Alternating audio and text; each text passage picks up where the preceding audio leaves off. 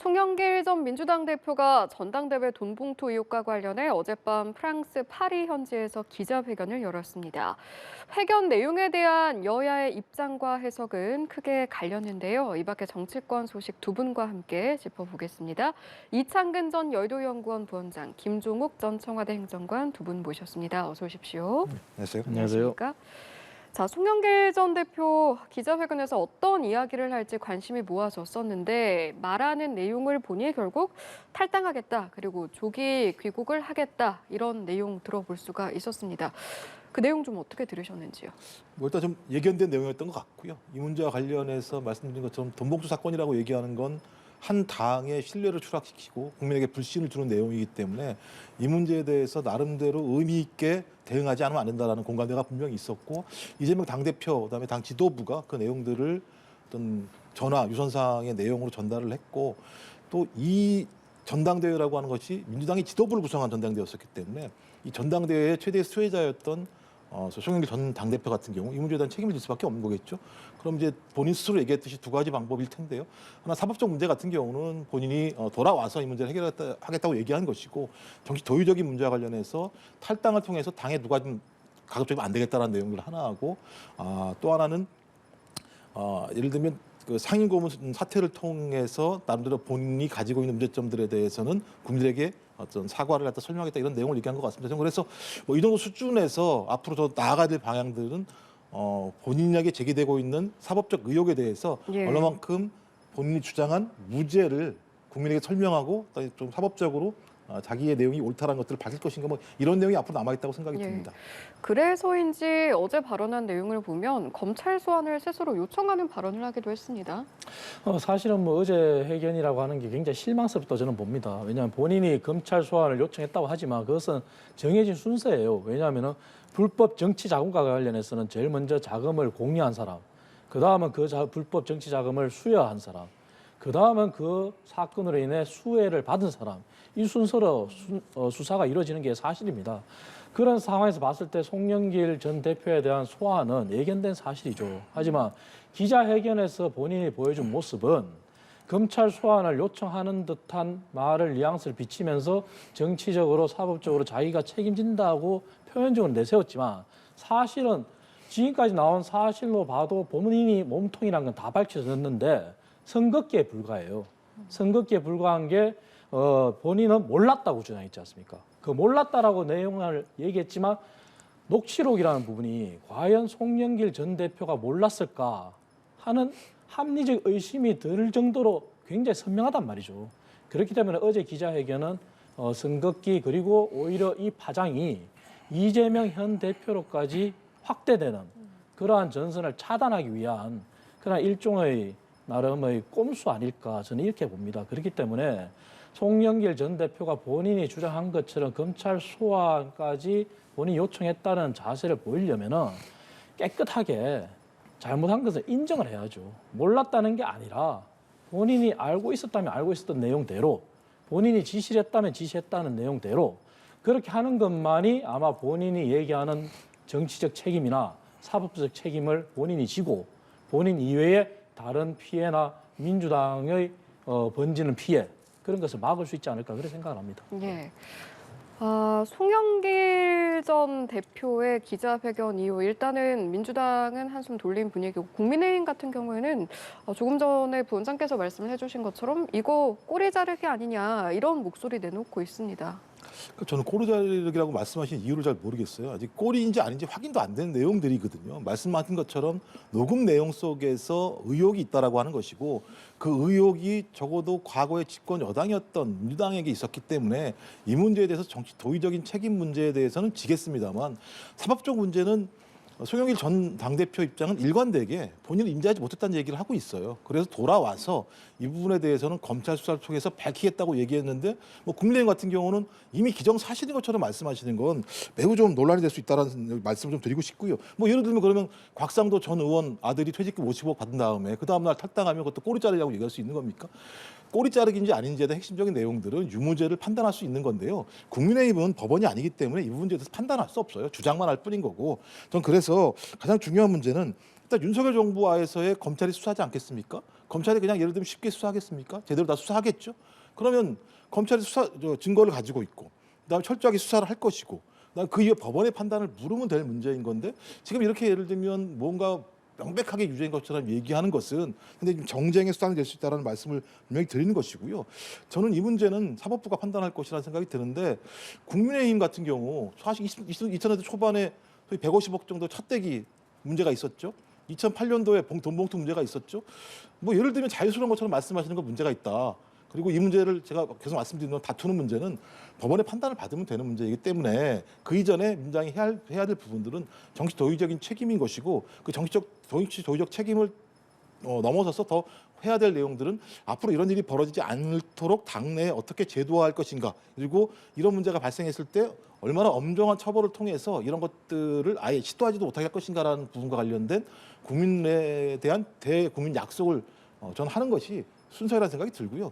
그런 약속에 대해서 국민들이 어떻게 판단할 것인가의 문제는 전 그다음 뭐 여론을 통해서 민심을 통해서 판단받을 것이라고 생각합니다. 예. 책임을 어떻게 질 것인가가 중요하다라는 말씀을 이제 강하게 말씀을 해주셔서 일단 대국민 약속이라는 말씀을 하셨어요. 그러면 비명계 일각에선 당 지도부가 좀 더 강한 대책 내주기도 바라고 있는 것 같거든요. 어떻게 민주당이 좀 갈피를 잡아가야 한다고 보시는지. 기본적으로 지금 얘기가 나오는 부분들 같은 경우는 제 생각에 이런 일이 발생했을 때 가장 그 근본적인 내용들은 소위 출당을 하고 난 다음에 돌아올 수 없도록 하는 조항을 높일 필요가 분명히 있습니다. 그러니까 이게 주로 이런 일이 발생하면 탈당하고 좀 내용들이 좀 잦아들면 다시 입당하는 방식을 통해서 문제를 해결하는 방법들이 있었는데 저는 이런 내용들보다는 이런 일이 발생했을 때 적어도 추후에 유죄 판결이 났을 때에는 뭐 1년, 2년 이런 것이 아니라 상당히 무기한적으로 입당하지 못하도록 하는 조치를 취해야 될 것 같고요. 돌아온다고 하더라도 매우 좀 문턱이 좀 높게 만들 필요가 있다라는 생각이 들어요. 근데 지금 제기가 되고 있는 뭐 전수조사를 해라. 이 부분은 제가 알기로는 당 지도부에서 지금 부분적으로 진행을 하고 있는 걸로 제가 알고 있습니다. 그리고 또 하나가 이제 스스로 자백을 하라 이런 얘기를 하는데 의원들이. 근데 문제는 자백을 하는 게 아니라 맨 처음 얘기했던 의원 같은 경우도 나는 문제가 없습니다라고 얘기한 내용들이에요. 그러니까 제가 볼 때는 이 내용은 뭐 별로 제가 볼 때 효과성이 없을 거라는 생각이 분명히 들기 때문에 말씀하신 것처럼 수사권이 없는 당 입장에서는 검찰의 빠르고 신속한 어떤 수사를 통해서 그 수사 내용들을 국민에게 밝힌 내용에 맞게 민주당은 책임을 지는 모습을 보이고 또 그 이전에 어떤 아까 말씀드렸던 어떤 제도적인 내용들을 통해서 이런 일이 발생을 했을 때 소위 거기에 합당한 매우 엄중한 국민들이 인정할 만큼 용납할 만큼의 대안들을 제시하는 방식으로 갈 수밖에 없다. 전 그 외의 방식들은 오히려 국민들한테 꼼수도 보일 수 있다는 생각이 듭니다. 예. 국민의힘 입장에서는 민주당 앞으로 좀 어떻게 방향성을 잡아가야 한다고 보십니까? 지금 말씀하신 대로 이제 이것은 검찰이 수사하고 법원이 판단을 할 일은 맞죠. 하지만 민주당이 지금 내보이는 태도가 뭐냐면은 송영길 전 대표가 본인이 몰랐다고 하니까 당장에 나오는 반응이 어떻습니까? 김민석 의원 같은 경우는 송 전 대표는 무력이 없다고 그러고 있고 과거에 민주당이 해온 태도를 보듯이 조국 전 장관 같은 경우는 마치 검찰 수사 무마건만 보더라도 조국 전 장관에 대해서 굉장히 영웅시 신격화했어요. 그리고 김경수 전 지사 같은 경우도 이미 법원의 유죄를 받고 대법 판결까지 갔고 그리고 징역까지 다 살았지 않습니까? 하지만 김경수 전 지사에 대해서 어떻게 했습니까? 역시 마찬가지 신격화했어요. 이번 송영길 전 대표를 보더라도 공당의 책 있는 자세라면은 송영길 대표의 몰랐다는 주장을 그대로 받아들일 게 아니라 지금까지 나온 녹취록만 보더라도 형이라는 얘기가 나오고 오빠라는 얘기가 나오지 않습니까? 그리고 영길 형이 많은 것을 처리했더라는 얘기가 나오고 그리고 강래구 전 감사 협회장이 한 얘기가 돈 많이 썼느냐고 물었다고 하더라. 강래구가 돈 많이 썼냐고 물었다고 하더라. 그런 부분. 그리고 송호영과 같이 있을 때 얘기를 나눴다. 이러한 녹취 정황만 보더라도 과연 몰랐다는 게 과연 말이 되느냐. 이렇게 의심이 되지 않습니까? 그렇다면 민주당의 태도는 지금까지 봤을 때 과연 공당으로서 책임 있게 묻거나 그런 태도를 취하는 게 아니라 지금 벌써 송영길 전 대표에 대해서 신격화 그리고 영웅시 그리고 오히려 책임이 없고 무죄 추정의 원칙도 들고 나올 거예요. 그리고 검찰 윤석열 정부의 검찰에 대한 정치 탄압 또 이런 얘기 나오겠죠. 그렇기 때문에 민주당의 태도는 굉장히 바람직하지 않고 그리고 아까 차떼기 정당까지 말씀하셨는데 저희 당은 오히려 다른 모습을 취했어요. 당시에 대국민 반성을 했고 천막 당사까지 갔단 말이에요. 그것이 정말 공당의 모습인 거죠. 그래서 민주당이 해야 될 일은 지금 모든 일이 저희가 합리적으로 의심을 보는 이유가 이재명 대표와의 연결고리 차단까지도 저희가 보는 이유가 송 전 대표의 전당대회는 또 신성을 했는 전당대회이지 않습니까? 그리고 스폰서의 아들이 이재명 대표의 대선 캠프에 몸을 담았었고 또 핵심 인물로 거론된 송 전 대표의 보좌관이 이재명 대표의 어떤 측근 그룹에 있었다는 그런 내용도 나오지 않습니까? 그래서 이런 모든 것을 스스로 밝히는 것이 우선이지 수사권도 없는 정당에서 전수조사한다? 과연 국민이 믿겠습니까? 그래서 저는 민주당이 오히려 해야 될 일은 그런 전수조사, 뭐 송영길 대표를 신격화하고 무죄 이런 얘기 할 게 아니라 스스로 정말 인정할 것은 빠르게 인정하고 오히려 송영길 대표를 민주당이 놓아줬으면 하는 바람이에요. 저는.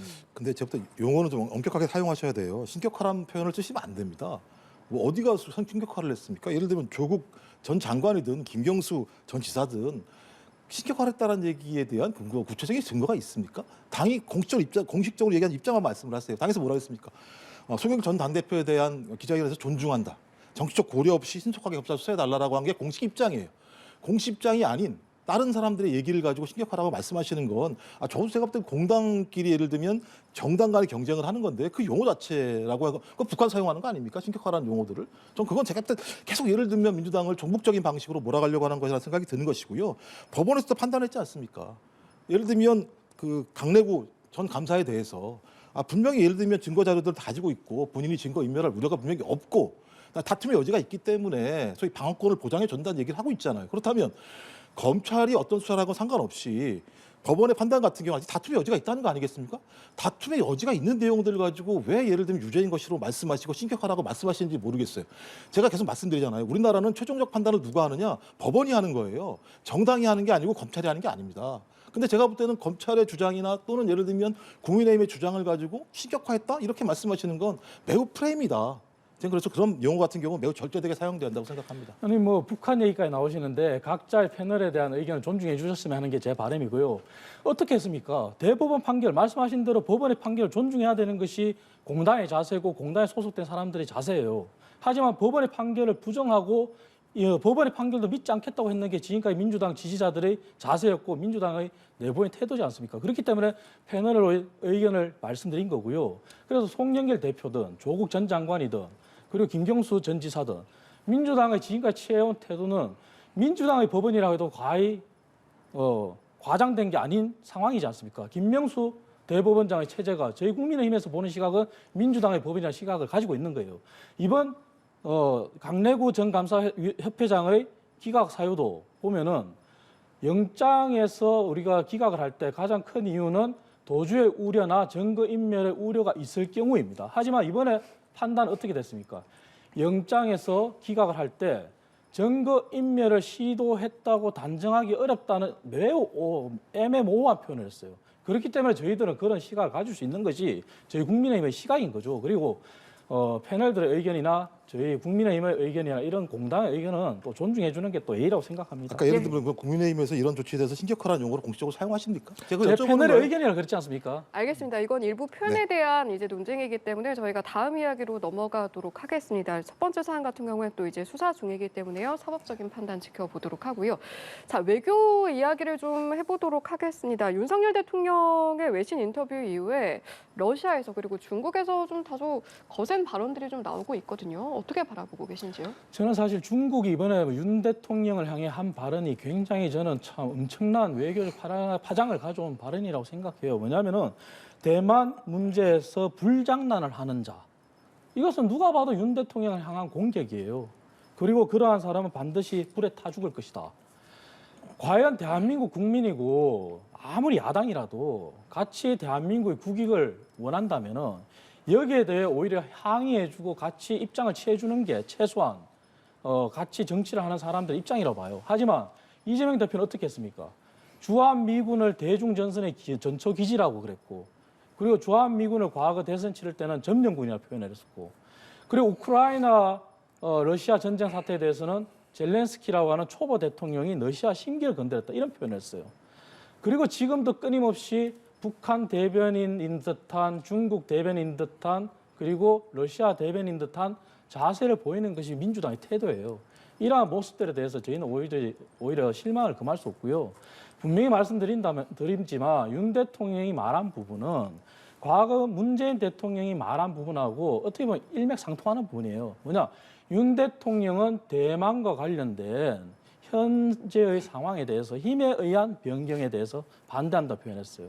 그러니까 문재인 대통령도 2021년 조 바이든 대통령이 취임한 이후에 한미 정상회담에서 대만 해협에서의 평화와 안정을 유지하기를 원한다 그랬어요. 표현의 방식이 말의 차이가 의 선택이 다를 뿐이지 일맥상통하는 부분이란 말이죠. 그렇기 때문에 민주당이 중국의 태도에서 오히려 더 항의라고 그리고 만약 윤 대통령이 정말 민주당의 우려대로 국익이 훼손되는 상황이 온다면은 그때 가서 야당으로서 합리적 비판을 하는 것이 맞지.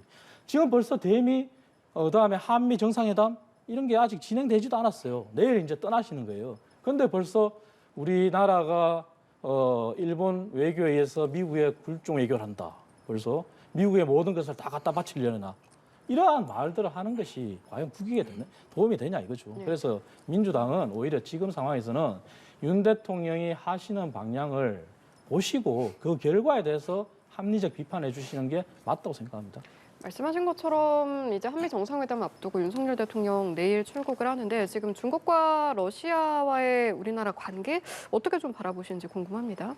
일단 이 문제를 제기하는 이유는 뭐냐면 적어도 지금까지 윤 대통령께서 외교를 잘해 오셨다면 이런 문제 제기를 하지 않을 거라고 생각을 합니다. 지금까지 근 1년 정도가 됐는데 1년 동안 외교 순방을 하고 난 다음에 지지율은 매번 떨어졌습니다. 그리고 지난번도 마찬가지입니다만 한일 정상회담을 하기 전에 정상회담 이전에 이미 일본 신문에다가 어떤 걸 내용을 주겠다는 내용들과 다 예를 들면 인터뷰를 해서 다 내용을 말씀드리고 이번도 마찬가지 로이터 통신을 통해서 이런 내용들을 얘기하면서 소위 그러니까 해외 순방을 가기 이전에 오히려 국내에서 논란이 되는 일들이 반복적으로 벌어졌습니다. 말씀하신 것처럼 중국의 뭐 불장난하면 타주고 이런 발언들은 매우 외교적인 언사가 아니라는 생각이 분명히 들기 때문에 거기에 대해서 한국의 어떤 제1야당으로서 그 중국의 태도에 대해서 비판적으로 얘기하는 것은 맞습니다만 소위 그렇다고 예를 들면 거기에 우리가 또 뛰어들어서 동일한 식의 말싸움을 할 이유는 없다는 생각이 분명히 드는 것이고요. 제일 우려하는 건 그런 겁니다. 소위 한일 관계, 한미 관계라고 하는 것들을 얘기하면서 한중 관계, 한러 관계가 만약에 매우 안 좋은 상황으로 갔을 때 우리 경제와 안보에 어떤 영향을 미칠 것인가. 그러니까 우리가 글로벌 중추국가로 간다고 얘기했을 때 그 글로벌 중추국가라고 하는 것이 미국의 전략, 일본의 전략에 따라가는 것인가. 저는 따라간다고 하더라도 적어도 국민들이 우려하는 중국과의 경제 안보 문제 또는 러시아와의 어떤 경제 안보 문제에 대한 나름대로 설득력 있는 대안들을 국민에게 제시하신다면 저는 이 정도의 논란이 벌어질 거라고 생각하지 않습니다. 하지만 지금까지 쭉 내용들을 봐오면 글로벌 중추국가를 얘기하고 있습니다만 편향돼 있는 방식 또 그 편향돼 있는 방식이 우리에게 궁극적으로 도움이 될 것인가라는 문제와 관련해서 아직까지 국민적인 동의를 얻지 못하기 때문에 이런 파장이 생긴다는 생각이 들고요. 저는 그래서 좀 뭔가 좀 고민스러운 대목들은 뭐 존 커비 백악관 NSC 전략소통조정관 얘기하는 거 보면 거의 모든 사안을 다 논의한다는 거예요. 인도태평양, 유럽, 우크라이나 문제, 북한과 중국 문제까지 다 하겠다고 얘기를 했어요. 이번 한미 정상회담에서. 더 중요한 것은 중국이 영내와 세계에 제기한 도전에 대해서 제어하지 않은 적이 없다. 그러니까 중국 문제를 주요하게 다루겠다라고 하는 내용들을 또 제기한 내용들이 있거든요. 그랬을 때 만약에 이런 상황이 되면 우리가 가장 전초전에 있는 건 맞는 거죠. 왜냐하면 소위 북한, 중국, 러시아라고 하는 곳에 가장 북단에 우리가 존재하기 때문에 이런 식의 외교 정책들이 그야말로 우리 국가의 미래를 위해서 좋은 것인가에 대한 우려가 분명히 있기 때문에 좀 그렇다면 좀 야당이랑 충분히 토론을 했으면 좋겠는데 제가 알기로는 이런 문제와 관련해서 야당하고 토의한 바가 없어요. 전 그렇다면 독주 아니겠습니까? 외교에서도 이게 옳은 것인가? 진짜 야당도 같이 비판해달라고 말씀하시려면 그 부분에 대해서 협치가 돼야 되는 거죠. 특히 외교 문제 같은 경우는 무엇을 할 것인지 말씀을 해주셔야 되는데 제가 알기로 지금까지 외교 해외 순방을 갔거나 돌아오신 다음에 이런 내용들을 야당과 협의하신 바가 없어요. 그러면 일단 말씀하신 내용 중에 우크라이나나 대만 해협 관련 내용이 의제로 거론될 것이다라는 보도가 나온 거예요? 이건 제가 말씀드린 존 커비 백악관 NSC 전략소통 조정관이 공식적으로 얘기한 내용입니다. 이러면 내용이고요. 그러니까 왜 이게 문제냐면 우크라이나는 지금 문제가 하나가 가고 있는가 포탄이. 이 문제가 분명히 있는 거죠. 그것이 대여 방식이든 무슨 방식이든 우리나라에서 제조한 것이 우크라이나 전장에서 사용되고 있는가 없는가의 문제죠. 그래서 러시아 크렘린궁에 있는 대변인 같은 경우는 만약에 그런 일이 벌어지게 된다면 간접적인 교전 대상국으로 바라보겠다는 얘기까지 하고 있는 상황이란 말이에요. 그리고 중국은 지금 내정 간섭이라고 얘기하고 있는 상황이고요. 전 그래서 이렇게 갔을 때 지금 이 문제 때문에 서해에서 지금 중국의 군사훈련이 강화되고 있습니다. 동해에는 러시아의 예를 들면 전투기가 날아오고 있는 상황입니다. 이 상황이 우리 미래를 위해서 좋은 것인가에 대해서는 다시 한번 좀 검토하고 점검해 볼 필요가 있다고 생각합니다. 이런 구도가 생기는 것 자체가 우려된다라는 말씀이셨는데 제1야당과 좀 더 협의해줬으면 좋겠다 이런 말씀도 하셨거든요. 사실 협의를 원만하게 할 수 있으면 좋죠. 저희 당도 바라는 바죠. 하지만 지금까지 보신 것처럼 모든 국민이 아시는 것처럼 문재인 정부와 같은 경우는 사실 지금 중국에 굉장히 경도된 외교였지 않습니까? 그간에 문재인 정부 이전의 정부들을 비교하면은 노무현 정부나 아니면 박근혜 정부를 우리가 두 개를 사례를 봤을 때 노무현 정부 때 우리가 굉장히 높이 치하한 부분은 한미 FTA 타결과 같은 그러한 누구도 미국과 국익을 중요시하지 않을 것이라고 예상했는데 그걸 깨고 노무현 정부 때는 했단 말이죠. 그리고 파병 문제도 마찬가지고. 박근혜 정부 때는 누구도 예상하지 못했던 중국의 열병식도 참여했고. 그래서 노무현 정부나 박근혜 정부 때처럼 우리나라가 갈 수밖에 없는 입장이 덩거리 외교라 그래가지고 중러 미일 4강, 열강 속에 쌓인 지리적 위치, 지정학적 위치 때문에 그러한 실리 외교에 편성되는 그런 외교를 추구한 게 맞아요. 하지만 문재인 정부 때는 지난 5년 내내 외교 참사라고 일컬을 정도로 대미 외교는 소홀히 했고 그리고 중국에 치우쳤단 말이죠. 그럼 지금 또 민주당에서 우리 당을 바라보는 시각은 중국을 소홀히 하고 무시하고 미국에 치중한다 이런 시각을 보고 있는 거란 말이죠. 하지만 미국을 치중하는 게 아니라 지금은 조 바이든 정부가 취임한 이후에 국제 정세가 바뀌었어요. 바뀐 게 이미 문재인 정부 말기부터 시작된 중미 전쟁이 경제 전쟁으로 촉발된 게 이제는 안보 전쟁으로까지 이어지지 않습니까? 그런 상황에서 과연 덩거리 외교라고 하는 게 과거 노무현 정부나 박근혜 정부 때처럼 안정화된 속에서 할 수 있느냐? 그게 아니라는 거죠. 왜? 미국이 일례로 IPEF라고 하는 인도 태평양 경제 프레임워크를 도입하면서 경제에 있어서 우리가 빠질 수 없는 그러한 세계 공급망을 재편하고 있는 상황이고 그리고 안보에 있어서는 그가 문재인 정부 때 우리가 빠져버린 자리를 인도가 차지했을 정도로 환태평양 안보협력체에 그렇게 우리가 소홀히 됐단 말이죠. 그랬을 때 우리가 과연 북한과의 문제로 돌아갔을 때 북한의 어떤 핵무기, 북핵 실험이나 북한의 안보 위협에서 우리가 과연 스스로 방어할 수 있는 능력이 있느냐. 그런 부분은 지금까지 우리가 적어도 정권을 잡고 되돌아봤을 때 굉장히 소홀해졌다는 것을 인정할 수밖에 없는 거죠. 그렇기 때문에 그러한 변화된 안보 정세 속에서 가고자 하는 방향인 거지 이것을 마치 중국을 소홀히 하고 미국을 존중하고 미국에 완전히 굴욕한다 이런 시각을 가지기 때문에 협의가 안 되는 거죠. 그래서 민주당도 조금 더 열린 자세로 국제 전세를 좀 바라봤으면 좋겠습니다. 알겠습니다. 그래서 제가 토론을 하자는 겁니다. 왜 그러냐면 말씀하신 균형이 필요해요. 그러니까 미국 재무장관 앨런 같은 경우 무슨 얘기를 하느냐? 그러니까 중국과의 디커플링, 그러니까 탈동조화하는 것이 재앙이 있었다는 얘기를 한단 말이에요. 그다음에 마크롱도 예를 들면 유럽 사회에 있습니다만 또 중국이랑 예를 들면 지금 협력을 한단 말이에요. 그러니까 좀 균형 있는 방향을 잡기 위한 노력이 필요하다는 말씀을 드리는 겁니다. 예, 알겠습니다. 자, 국민의힘 이야기로 넘어가 보도록 하겠습니다. 김기현 대표와 전광훈 목사 어느 정도 이제 국민의힘과 전 목사가 거리를 두는 분위기였는데 갑자기 좀 보도가 나왔는데 그 내용을 보니까 당대표 후보 시절에 김 대표가 전광훈 목사에게 도움을 요청한 적이 있다 이런 내용이 나왔더라고요. 예, 김기현 대표가 인정을 하셨죠. 인정하시고 도움을 요청을 했지만 전광훈 목사가 굉장히 무리한 요구를 했기 때문에 결렬됐다. 이게 핵심이지 않습니까? 사실 전광훈 목사가 이끄는 어떤 여러 가지 단체가 있는데요. 또 전광훈 목사가 실질적으로는 자유통일당이라고 하는 정당을 또 이끌고 있지 않습니까? 그 단체들에서 저희 당의 책임 당원이 과연 얼마나 유입이 됐는지 이 부분은 언제나 논란거리였어요. 그리고 그것이 과연 실체가 있느냐, 그리고 실체가 있다면 그 숫자가 얼마냐, 그런 부분이 항상 지금도 가져가고 있는 문제예요. 그렇기 때문에 지금 현재의 우리 당의 전당대회 룰에 의하면은 책임당은 100% 경선이기 때문에 그때 당시에 김기현 대표도 당대표가 되기 위해서 모든 세력을 안을 수밖에 없는 그렇기 때문에 정강훈 목사의 단체로부터 유입된 책임당원이 존재하기 때문에 유권자이기 때문에 하나의 선거운동의 일환으로서 요청을 했겠죠. 하지만 그것이 정강훈 목사가 지금도 그러한 태도를 취하는 것이 마치 우리 당을 지배하는 듯한 그리고 자기의 힘으로 국민의 힘을 좌지우지할 수 있다. 이러한 잘못된 시각 때문에 그때도 결렬이 난 거고 지금도 논란이 되고 있는데요.